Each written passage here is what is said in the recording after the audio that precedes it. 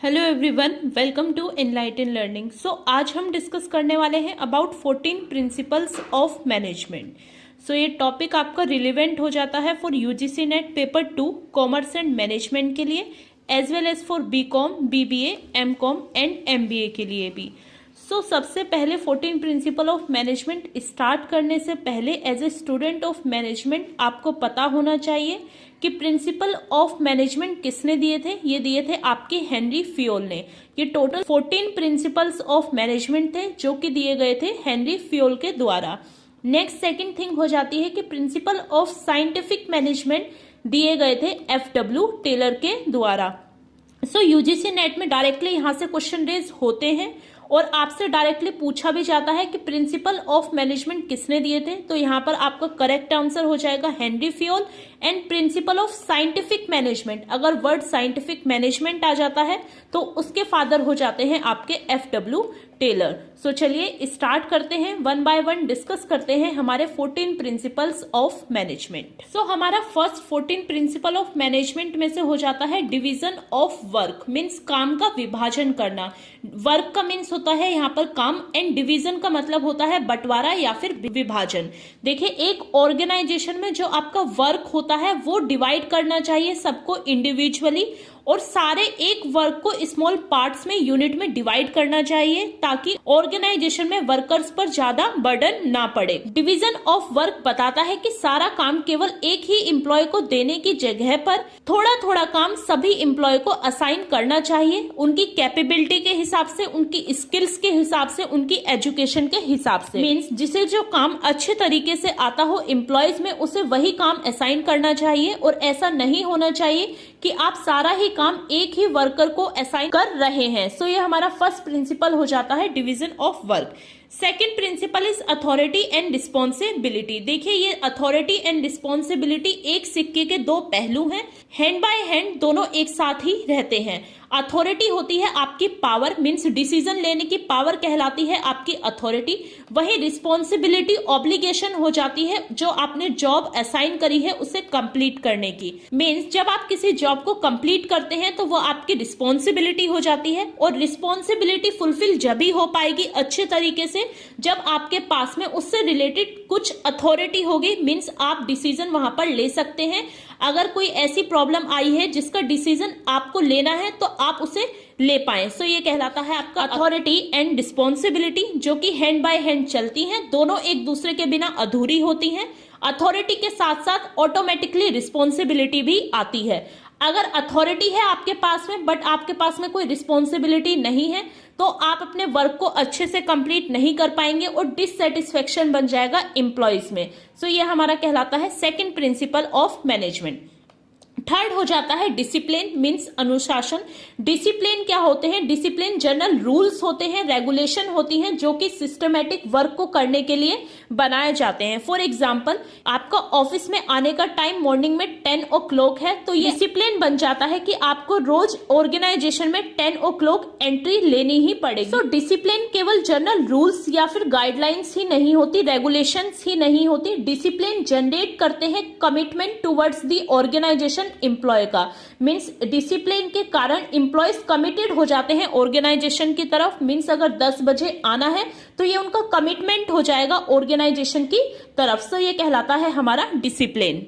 Fourth principal हो जाता है मैनेजमेंट का यूनिटी ऑफ कमांड। कमांड का मीन्स है यहाँ पर आदेश देना। मीन्स जो भी आपको कमांड दी जाएगी वो केवल वन बॉस के द्वारा दी जाएगी। अगर किसी ऑर्गेनाइजेशन में एक से ज्यादा एम्प्लॉयज को कमांड देने वाली अथॉरिटी है तो वहां पर कंफ्यूजन रहेगा और कंफ्यूजन के वजह से डिससेटिस्फेक्शन भी हो सकता है। So fourth principle unity of command कहलाता है कि जो ऑर्गेनाइजेशन में कमांड दी जाएगी वो केवल एक बॉस के द्वारा ही दी जाएगी। हमारा फिफ्थ प्रिंसिपल हो जाता है यूनिटी ऑफ डायरेक्शन।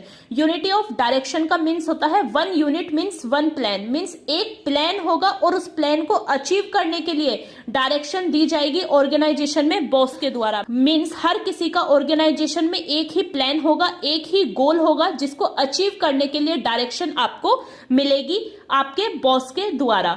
आपका सिक्स्थ प्रिंसिपल हो जाता है subordination of individual interest to general interest. Means organisation में इंटरेस्ट होगा वो हर किसी का सेम होगा। ऐसा नहीं होगा कि एम्प्लॉय का अलग गोल होगा अचीव करने का और ऑर्गेनाइजेशन का अलग गोल होगा अचीव करने का। सो ऐसे ऑर्गेनाइजेशन वर्क नहीं कर पाएगी।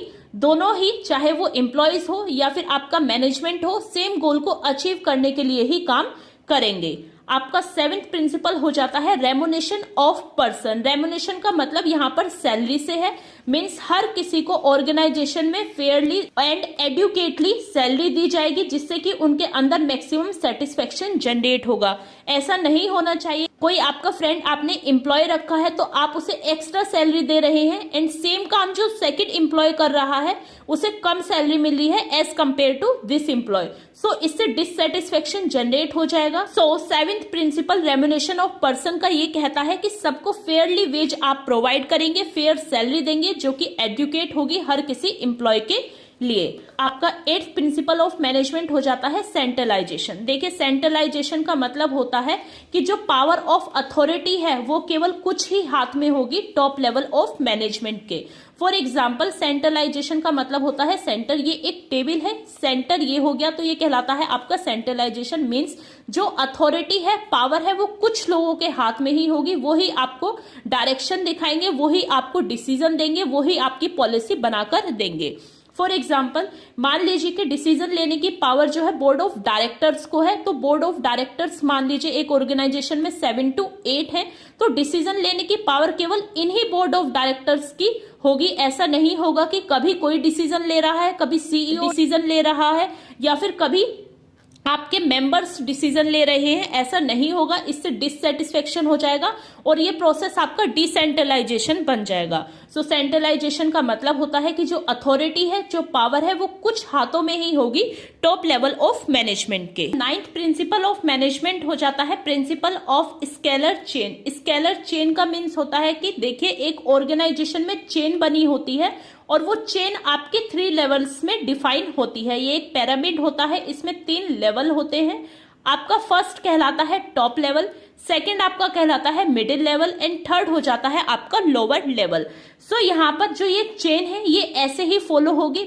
मीन्स अगर टॉप लेवल को लोअर लेवल से कोई बात करनी है या फिर कोई अपना डिसीजन देना है तो वो टॉप से पहले मिडल पर जाएगा और मिडल से फिर लोअर पर जाएगा। फियोल का मानना है कि ये स्ट्रिक्टली ये चेन आपकी फॉलो होनी चाहिए, ये चेन कभी भी ब्रेक डाउन नहीं होनी चाहिए। ऐसा नहीं हो सकता कि जो आपका लोअर लेवल का एम्प्लॉय है वो डायरेक्टली जाके डायरेक्टर्स या फिर सीईओ से कम्युनिकेट करे, ऐसा नहीं होगा। अगर कोई प्रॉब्लम है तो वो अपने सीनियर मैनेजर को बताएगा, मीन्स मिडिल लेवल को बताएगा और उसके बाद में उसकी बात ऊपर पहुंचाई जाएगी। सो ये आपकी कहलाती है स्केलर चेन। मीन्स ये एक चेन है 3 लेवल ऑफ मैनेजमेंट की, जो कि है आपके top level, middle level and lower level. ये चेन स्ट्रिक्टली फॉलो होनी चाहिए एक ऑर्गेनाइजेशन में, जिसकी हेल्प से आपका डिसिप्लिन भी बना रहता है। आपका 10th प्रिंसिपल ऑफ मैनेजमेंट हो जाता है प्रिंसिपल ऑफ ऑर्डर। ऑर्डर से यहाँ पर मतलब कमांड से नहीं है, ऑर्डर का मतलब है यहाँ पर अरेंजमेंट से। मीन्स हर एक चीज प्रॉपरली अरेंज होनी चाहिए एक ऑर्गेनाइजेशन में। मैन एंड मटेरियल का प्रॉपर अरेंजमेंट होना चाहिए जो हर किसी के लिए फिक्स्ड प्लेस पर अवेलेबल होना चाहिए। फॉर एग्जाम्पल मान लीजिए कि आपका काम वहां पर कुछ टूल्स से रिलेटेड है, तो आपको पता होना चाहिए कि आपका टूल कहां पर मिलेगा जो आपको रिक्वायर्ड है। फर्स्ट नंबर पर कौन सा टूल अवेलेबल है, सेकंड पर कौन सा है, थर्ड पर आपका कौन सा टूल आपके पास में रहेगा। सो यहाँ पर एक अरेंजमेंट हो जाता है जिससे कि आप अपने वर्क को इजीली कंप्लीट कर सकते हैं और कंफ्यूजन कम रहता है। सो ये प्रिंसिपल हो जाता है आपका ऑर्डर का। ध्यान रखिएगा, ऑर्डर का मतलब यहाँ पर कमांड से नहीं है, ऑर्डर का मतलब है यहाँ पर अरेंजमेंट से। मीन्स ऑर्डर में रख देना, हर चीज को सीक्वेंस में अरेंज कर देना। आपका 11th प्रिंसिपल हो जाता है इक्विटी का। इक्विटी का मतलब होता है समानता। मीन्स ऑर्गेनाइजेशन में मैनेजमेंट को हर एक एम्प्लॉय को इक्वली ट्रीट करना है, ऐसा उनके बीच में कोई भी भेदभाव, कोई भी टर्मिनेशन नहीं करना है। इक्विटी को आप एक एग्जाम्पल की हेल्प से समझ सकते हैं। मान लीजिए कोई एक एमएनसी कंपनी है और वो कंपनी है आपकी इंडिया की, उसमें कुछ एम्प्लॉय इंडियन है और कुछ एम्प्लॉय बाहर से आए हैं, मान लीजिए फॉर एग्जाम्पल वेस्ट इंडीज से आए हुए हैं। यहाँ का जो मैनेजमेंट है उनको दोनों के बीच में भेदभाव नहीं करना है। इंडिया वाले एम्प्लॉय को भी ऐसे ही ट्रीट करना है जैसे कि वो वेस्ट इंडीज वाले एम्प्लॉय को ट्रीट करेंगे। तो सबके बीच में समानता रखनी है, इक्विटी रखनी है, काफी इंपॉर्टेंट प्रिंसिपल हो जाता है ये मैनेजमेंट का। आपका 12th प्रिंसिपल हो जाता है stability of tenure of personnel. Means organisation में जो भी एम्प्लॉय रिक्रूट करे जाएंगे, जो भी एम्प्लॉय सेलेक्ट करे जाएंगे, उनको बार बार जल्दी जल्दी टर्मिनेट या फिर ट्रांसफर नहीं करना है। अगर ऐसा होगा तो एम्प्लॉय डिससेटिस्फाई हो जाएगा, उसे कोई भी सिक्योरिटी नहीं होगी अपनी जॉब की, और आपकी गुडविल भी इससे मार्केट में खराब होगी। देखिए, ऑर्गेनाइजेशन में एम्प्लॉय अब ह्यूमन एसेट्स कहलाते हैं। काफी इन्वेस्ट करती है एक ऑर्गेनाइजेशन अपने एम्प्लॉय पे। ऑर्गेनाइजेशन की पॉलिसी ऐसी नहीं होनी चाहिए कि हर एक मंथ में अपना स्टाफ चेंज कर रहे हैं। ऐसा होगा तो कोई भी आपकी ऑर्गेनाइजेशन में आकर कमिटेड नहीं हो पाएगा, लैक ऑफ कमिटमेंट बना रहेगा एम्प्लॉयज के बीच में। सो हमारा सेकेंड लास्ट प्रिंसिपल हो जाता है प्रिंसिपल ऑफ मैनेजमेंट का इनिशिएटिव। इनिशिएटिव का मतलब होता है कि फर्स्ट स्टेप लेना विद सेल्फ मोटिवेशन। मींस हर एक एम्प्लॉय सेल्फ मोटिवेटेड होना चाहिए। मैनेजमेंट को इस तरह से अपने एम्प्लॉयज को मैनेज करना है कि हर एक एम्प्लॉय सेल्फ मोटिवेटेड हो, और जब भी कोई भी वर्क आए तो वो इनिशिएट ले सके उसे कंप्लीट करने का। फ्योल ने सजेस्ट करा हर किसी के पास में अपॉर्चुनिटी होनी चाहिए कुछ इनिशिएटिव लेने की, और केवल वो इनिशिएटिव लेना ही नहीं है, उस प्लान को एग्जीक्यूट भी कर दिखाना है। फॉर एग्जाम्पल कि मान लीजिए कोई आपके पास में टारगेट अचीव करने के लिए कोई प्रोजेक्ट आया कि आपको एक दिन में 100 यूनिट्स बनाकर देनी है। सो एम्प्लॉय यहाँ पर सेल्फ मोटिवेटेड होने चाहिए, उनके पास में ये पावर होनी चाहिए कि वो एक दिन में 100 यूनिट्स बना सकते हैं। एम्प्लॉयज को हमेशा ये सोचना चाहिए कि अगर कोई टारगेट आया है तो ये एक अपॉर्चुनिटी है जिसको उन्हें अचीव करना है, जिससे कि वो मोटिवेटेड होंगे और अपने स्टेप्स भी आगे लेंगे, प्लान को भी एग्जीक्यूट कर पाएंगे। सो ये आपका कहलाता है इनिशिएटिव। आपका fourth and last principle of management हो जाता है एस्पिरिट दी कॉर्प्स। कॉर्प्स का मतलब है यहाँ पर कॉर्पोरेशन। मैनेजमेंट को इनकरेज करना चाहिए, साथ ही प्रमोट करना चाहिए क्या, team spirit, unity and harmony between the employees. Means organisation में मैनेजमेंट को ऐसा करना चाहिए जिससे कि उनके एम्प्लॉयज के बीच में टीम स्पिरिट रहे, वो आपस में एक दूसरे के साथ काम कर सके, यूनिटी रहे, एकता रहे, और साथ ही harmony means peaceful friendly environment रहे।